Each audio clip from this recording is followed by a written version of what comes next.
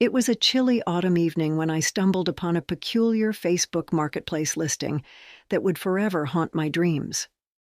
The listing was innocuous at first glance, titled "Beautiful Vintage Mirror Antique Must Sell." The photo showcased an ornate, gilded mirror with intricate carvings and an elegant, time-worn charm. It was exactly the type of piece I had been searching for to complete my home's vintage aesthetic. The seller, Evelyn, had a profile picture of an elegant woman from a bygone era, further adding to the mirror's allure. Her listing provided a few details about the mirror's history, claiming that it had been passed down through generations and was known for its mystic qualities. A pang of curiosity urged me to send her a message, inquiring about the mirror's price and any peculiar tales that surrounded it. Evelyn responded promptly, explaining that the mirror was an heirloom with a dark history. She spoke of a curse that plagued her family for generations, recounting stories of misfortune, illness, and tragedy that befell those who gazed into it for too long. Despite the ominous tales, she was determined to part with the mirror, desperate to break the cycle of sorrow that had plagued her family. Intrigued by the mirror's story, I arranged to meet Evelyn at her remote countryside estate. As I made my way down winding roads to her home, a dense fog seemed to settle in the area, casting an eerie atmosphere over the entire journey. When I arrived at the estate, it looked abandoned, with overgrown gardens and peeling paint on the once grand mansion. I hesitated but decided to press on, driven by a combination of fascination and unease. Evelyn welcomed me with a bittersweet smile and led me into a dimly lit parlor, where the mirror stood at the far end. Its reflection seemed to shimmer in the low light, as if beckoning me to approach. As I inched closer, I noticed my own reflection in the mirror's antique glass, distorted and unsettling.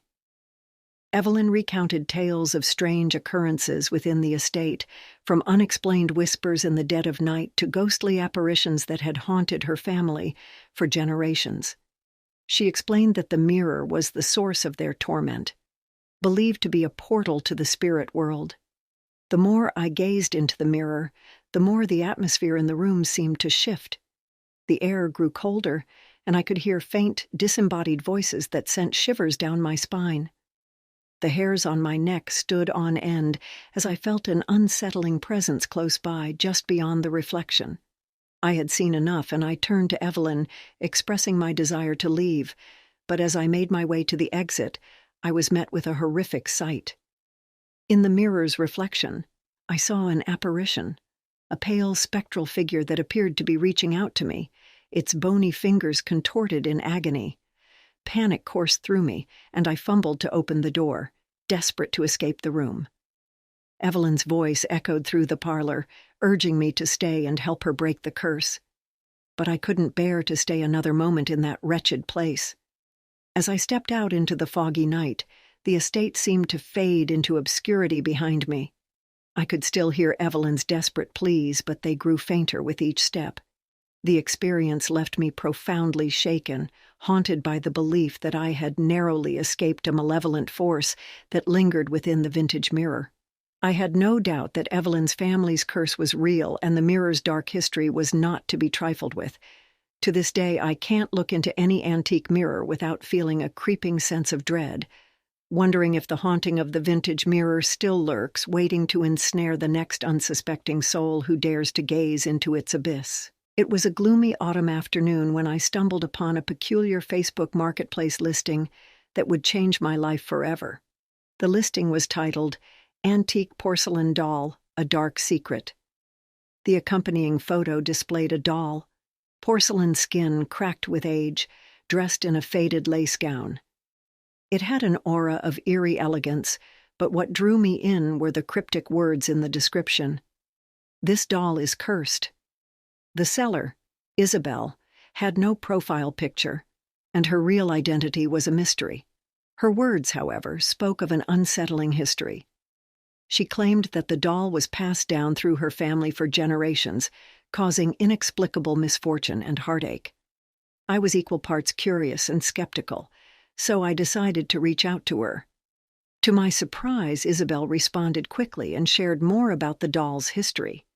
She told me about the strange occurrences her family had experienced, from unexplained whispers in the night to objects mysteriously moving on their own.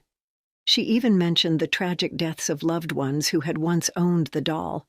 The more she revealed, the more intrigued I became. I decided to purchase the doll, believing that it was a quirky novelty, not a harbinger of doom. We agreed to meet at an old abandoned cottage deep in the woods, which seemed like a fittingly eerie location for such a transaction. When I arrived at the cottage, my heart raced as I hesitated by the rickety front door. A sense of foreboding filled the air, and I had to summon all my courage to enter. Inside, the cottage was dimly lit, filled with cobwebs and creaking wooden floors. I found Isabel sitting in a shadowy corner, and the doll was perched on an antique chair. She seemed unnervingly calm, and her piercing eyes seemed to bore into my soul. She warned me once again that the doll was cursed and that strange things would happen. I brushed off her ominous words, handed over the money, and took the doll with a grin of bravado. As I left the cottage, I couldn't help but feel a growing sense of unease. It was as if the walls of the cottage themselves whispered dark secrets. I thought it was mere paranoia, a result of an eerie atmosphere. But as the days passed, I began to notice strange occurrences. The first sign was the inexplicable sound of a child's laughter echoing through my empty house at odd hours. The laughter grew more unsettling with time, devolving into eerie, maniacal giggles. Then objects started to move on their own. Small trinkets shifted, books toppled off shelves, and the doll seemed to change positions overnight. Each night I would place the doll in one corner of the room, but by morning it would be on the windowsill, staring out into the darkness. Its porcelain eyes were fixated on something unseen, something that filled me with terror. Sleep became a distant memory as I lay awake, haunted by shadows and distant whispers in the dark. My health deteriorated, and I felt as though the curse was tightening its grip on my life. I began to research the doll and found chilling accounts of those who had possessed it before. They spoke of relentless torment, suffering, and the sinister influence it had over their lives. One night, as the eerie laughter filled the room, I realized I had to get rid of the doll. I returned to the abandoned cottage, intent on returning it to Isabel. But the cottage was empty, devoid of any sign of life. It was as if it had never been occupied. Panic set in, and I knew I had to break the curse myself. I collected the doll, determined to end this nightmare. I drove to a remote, desolate forest and dug a deep hole beneath the gnarled roots of an ancient tree. I buried the doll there, whispered a plea for forgiveness, and left it behind, sealed in its dark, cursed prison. As I drove away from that forsaken place, I couldn't help but feel a profound sense of relief, as if a heavy weight had been lifted from my soul. But the echoes of the cursed doll still lingered in my mind, a reminder that some mysteries were better left unsolved, and some objects were best left buried in the darkness, far from human reach.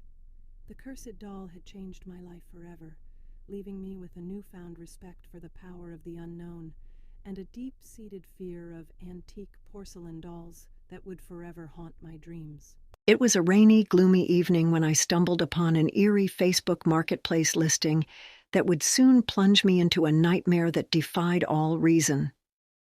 The listing bore the title, "Vintage TV from Haunted House, Beware the Static," accompanied by a photo of an old decrepit television set that exuded an uncanny aura of malevolence. The seller, who used the unsettling alias Watcher in Darkness, had a profile picture that was nothing but a pitch-black silhouette. The description was littered with chilling warnings speaking of a cursed television that had unleashed unspeakable horrors upon previous owners. I was equal parts skeptical and morbidly curious, and so I decided to send a message to Watcher in Darkness. To my surprise, the seller responded almost immediately, recounting tales of the television's dark history. The stories spoke of haunted transmissions, ghostly apparitions that crawled out of the screen, and the maddening effect the TV had on those who dared to watch it for too long. It was as if the television was a portal to a nightmarish dimension, and I couldn't resist the allure of such a sinister enigma. Watcher in Darkness agreed to meet me at an abandoned, dilapidated warehouse on the outskirts of town. It was a location that screamed horror movie cliché, but my morbid curiosity compelled me to proceed. As I pulled up to the warehouse in the inky darkness of the night, I couldn't shake the feeling that I was about to experience something beyond the realm of normalcy. Inside the warehouse, a flickering overhead light cast eerie shadows that danced like wraiths on the walls. Watcher in Darkness was there, shrouded in darkness, and the haunted television set stood nearby, looming like a malevolent sentinel. It emitted an unsettling, low-pitched hum, and its screen appeared to ripple with a spectral energy. Watcher in Darkness warned me yet again of the terror that the TV could unleash, but my skepticism remained intact, and I handed over the money, leaving the warehouse with a mixture of anxiety and curiosity, the television set in tow.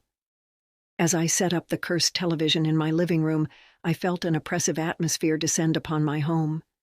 The air grew thick with an unearthly energy, and the hum of the television intensified to an almost deafening pitch. I hesitantly powered it on, half expecting nothing more than static. But what unfolded before my eyes was beyond my worst nightmares. The screen flickered to life with horrific, otherworldly images, grotesque, writhing figures and distorted, agonized faces. The room grew icy cold, and whispers of despair filled the air. As I stared in horror, the figures on the screen began to claw their way out. Their spectral hands reached through the static, and I could feel their icy touch as they brushed against my skin. Panic surged through me, and I fumbled to switch off the television. But the nightmare didn't end there. The spirits had found a way into my world, and they began to manifest within my home. Shadowy apparitions lurked in every corner, their ghastly presence leaving me in a state of perpetual dread. I could hear their mournful wails in the dead of night and feel their sinister gaze upon me. Realizing that I had unleashed a malevolent force, I frantically searched for a way to break the curse. Desperate and teetering on the brink of madness, I uncovered an obscure ritual that could bind the spirits to the television once more. It was a race against time, and the torment in my life seemed unending. With the ritual's completion, I returned the haunted television to the forsaken warehouse where I had acquired it, praying that the malevolent spirits would be confined once more. The oppressive atmosphere in my home lifted, and the sinister whispers faded into silence. As I drove away from the warehouse, I couldn't help but think about the allure of the unknown and the relentless curiosity that can lead one down the darkest paths. The haunted television had left me with a chilling reminder that some mysteries were better left untouched, and that some horrors were beyond comprehension, lurking in the shadows, ready to be unleashed upon those who dared to seek them out.